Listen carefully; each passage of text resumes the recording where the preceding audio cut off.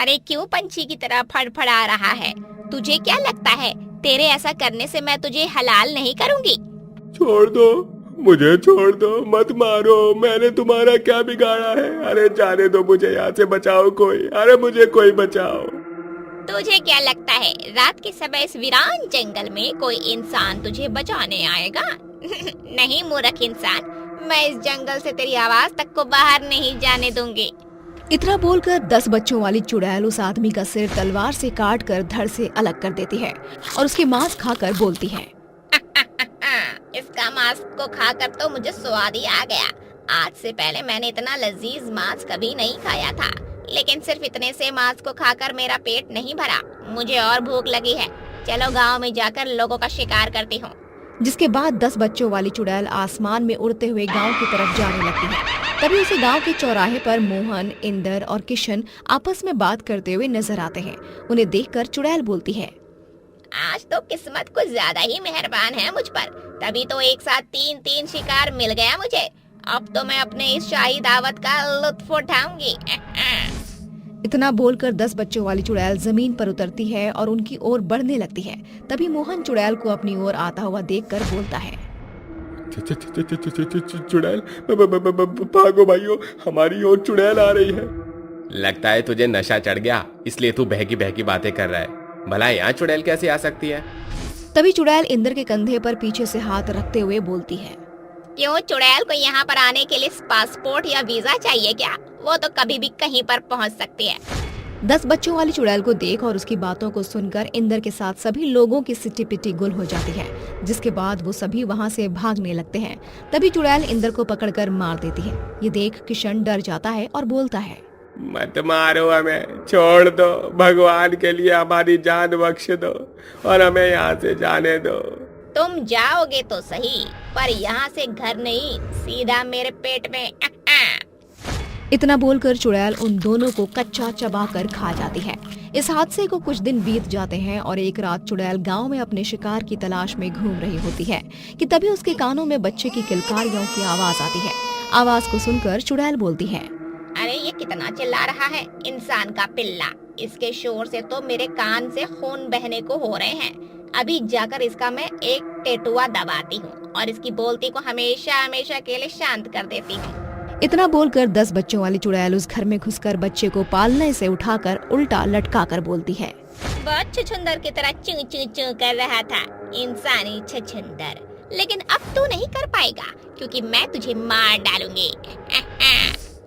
तभी बच्चा जोर जोर से रोने लगता है। बच्चे की आवाज सुनकर कमरे में दौड़ी हुई उसकी माँ नीता आती है और चुड़ैल के हाथ में अपने बच्चे को देखकर डर जाती है और डरते हुए बोलती है, छोड़ दो, मेरे बच्चे को छोड़ दो। अच्छा ले फिर, छोड़ दिया।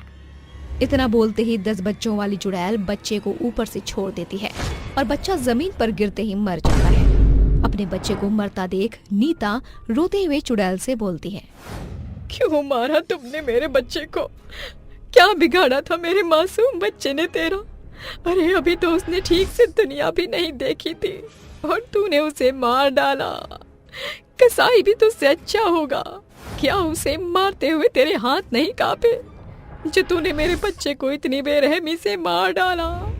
क्या तेरे अंदर बिल्कुल भी माँ की ममता नहीं है? ममता की बात करती है तू? अरे मुझसे ज्यादा तो इस दुनिया में बच्चों को लाड दुलार करने वाला कोई नहीं था, लेकिन इन गांव वालों ने मेरी हंसती खेलती दुनिया को उजाड़ कर तबाह कर दिया। क्या हुआ था तुम्हारे साथ जो तुम्हारी हंसती खेलती दुनिया बर्बाद हो गई? बताओ मुझे। तुम जानना चाहती हो तो सुनो। इतना बोलकर चुड़ैल नीता को अपनी आप बीती बताने लगती है। श्यामपुर गांव में माया अपने पति किशोर और सास कौशल्या के साथ रहती थी। उसकी शादी को 10 साल हो गए थे, लेकिन अभी तक उसकी कोई भी संतान नहीं थी। गांव के सभी लोग उसे बांझ बोला करते थे। लोगों के ताने की वजह से माया घर से निकलना बंद कर देती है। तभी एक दिन उसकी सास कौशल्या उससे बोलती है, उदास मत हो बहू, भगवान के घर देर है अंधेर नहीं। देखना एक दिन वो तेरी झोली खुशियों से भर देंगे। अब चल, मन छोटा मत कर और मंदिर जाकर शिव जी से प्रार्थना कर कि वो तुझे संतान का सुख दे। आप सही कहती हैं माँ जी, मुझे उदास नहीं बैठना चाहिए और भगवान के पास जाकर उनसे प्रार्थना करनी चाहिए।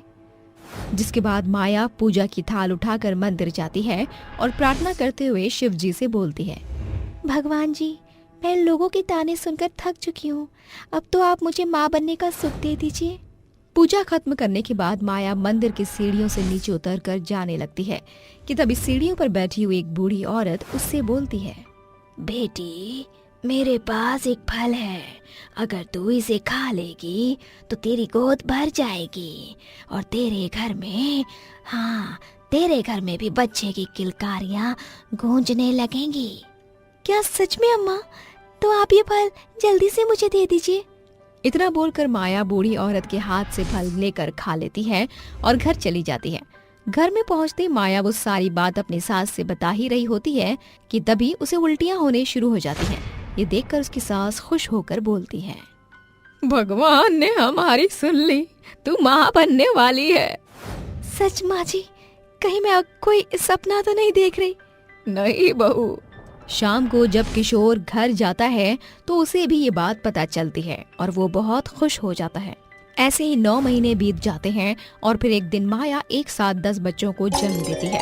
ये बात पूरे गांव में जंगल की आग की तरह फैल जाती है और गांव के सभी लोग इकट्ठा होकर कौशल्या के घर जाते हैं और प्रताप बोलता है, अब तुम लोग इस गांव में नहीं रह सकते क्योंकि तुम्हारी बहू एक डायन है और वो टोना टोटका करती है, इसलिए अगर तुम्हें इस गांव में रहना है तो उसे और उसके बच्चों को मारना होगा।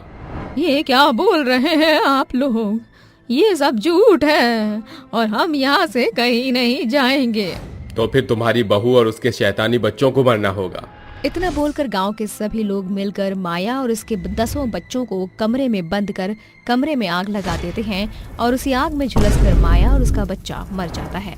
तो ये थी मेरी दर्द भरी दास्तान और तभी से मैं लोगों को मारकर अपनी और अपने बच्चों की मौत का बदला ले रही हूँ।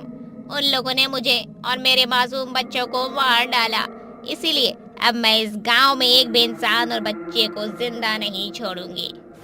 तुम्हारे साथ बहुत बुरा हुआ, लेकिन तुमने अपने बदले की भावना में आकर बहुत से बेगुनाह लोगों को मार डाला। तुम भी तो उनकी तरह बच्चे और इंसानों को मार रही हो, तो फिर उनमें और तुम में क्या फर्क रहा? तुम ही बताओ, क्या तुम्हें ऐसा करना चाहिए? नीता की बात सुनकर चुड़ैल को अपने किए पर पछतावा होता है और वो बोलती है, तुम सही कहती हो, मुझे अब ये सब छोड़ देना चाहिए। मैं वादा करती हूँ आज के बाद मैं किसी भी इंसान को नहीं मारूंगी और ना ही किसी माँ को उसके बच्चे से अलग करूंगी। इतना बोलकर चुड़ैल वहाँ से हमेशा हमेशा के लिए चली जाती है।